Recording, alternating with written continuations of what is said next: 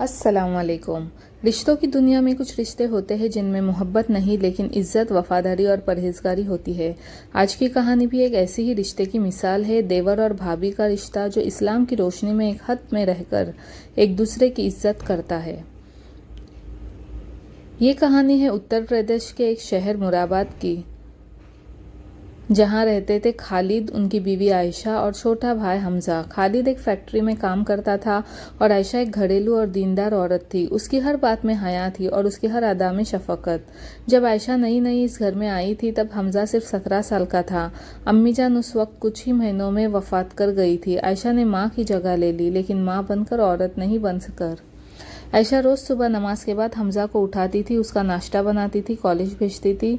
हमजा का दिल आयशा के लिए इज्जत से भर गया था। लोग कहते थे हमजा को तो असली माँ मिल गई। आयशा के लिए हमजा सिर्फ उसके शौहर का भाई नहीं, एक जिम्मेदारी था, एक अमानत थी जिसे खालिद ने उसके हवाले किया था। लेकिन दुनिया कब किसी अच्छे रिश्ते को बेचैनी से देखती है। हमजा के दोस्तों ने एक दिन मजाक में कह दिया, हमजा तेरी भाभी तो तेरे लिए कुछ ज्यादा ही कर रही है, कहीं तो उससे दिल तो नहीं लगा बैठा। हमजा ने हंसा, लेकिन रात को ये बात उसके दिल में उलझन बन गई। उसे खुद पर गुस्सा आया और उसके दिल में सच में कुछ बदल रहा है। ये सिर्फ लोगों के जहरीले लफ्जों का असर है। एक दिन हमजा ने आयशा से पूछ लिया, भाभी आप मुझे हर वक्त इतना क्यों समझती हो, आपको लोग क्या क्या कहते हैं।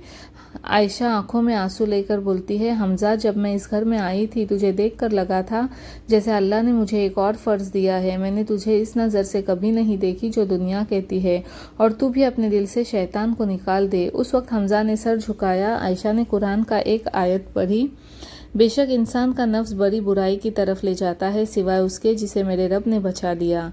हमजा के लिए ये एक हिदायत थी। उसने अल्लाह से तौबा की और अपनी नीयत को साफ किया।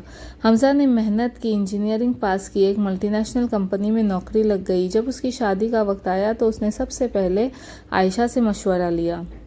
आयशा ने एक ईमानदार दीनदार लड़की का रिश्ता ढूंढा।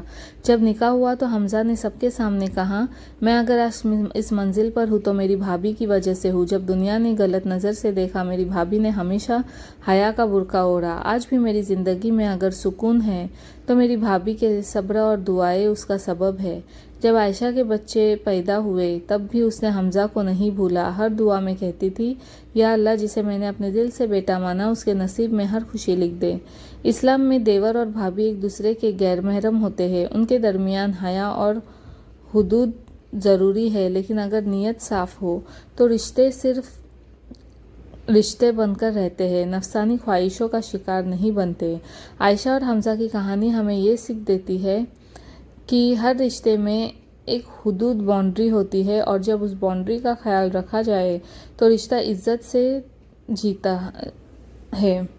तो यहाँ पे जब हया हो तो हर रिश्ता अमानत बन जाता है, वरना हर रिश्ता फितना बन जाता है।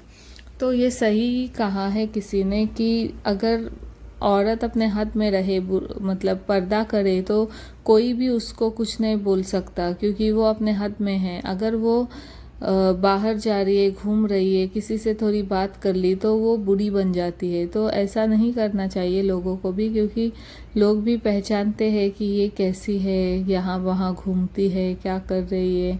तो इसलिए हमेशा हमें दूसरों का भी सोचना चाहिए और अपने घर में हमेशा अच्छे तरीके से हया से रहना चाहिए। अगर जॉइंट फैमिली है, बड़ी फैमिली है, तो भी दिक्कत आती है, क्योंकि हमें अच्छे से रहना होता है पल्लू ओढ़ के या फिर सीधे सही सलीके से, क्योंकि बहुत ऐसे लोग आते हैं जो दूसरे रहते हैं बाहर के, वो आग लगा के जाते हैं कि कैसी बहू मांगी है, कैसी बेटी है आपकी। ये अपने घर में झांकेंगे नहीं और दूसरों के घर में झांकने आ जाएंगे।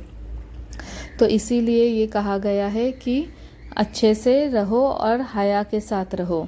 अगर आपको ये कहानी पसंद आई हो तो लाइक और शेयर ज़रूर करिए। कमेंट करके बताएं आपको इस देवर भाभी के रिश्ते के बारे में क्या सोचना है, और चैनल को सब्सक्राइब करना ना भूलिए, जहां आपको मिलेगी दिल को छू जाने वाली असली कहानियाँ।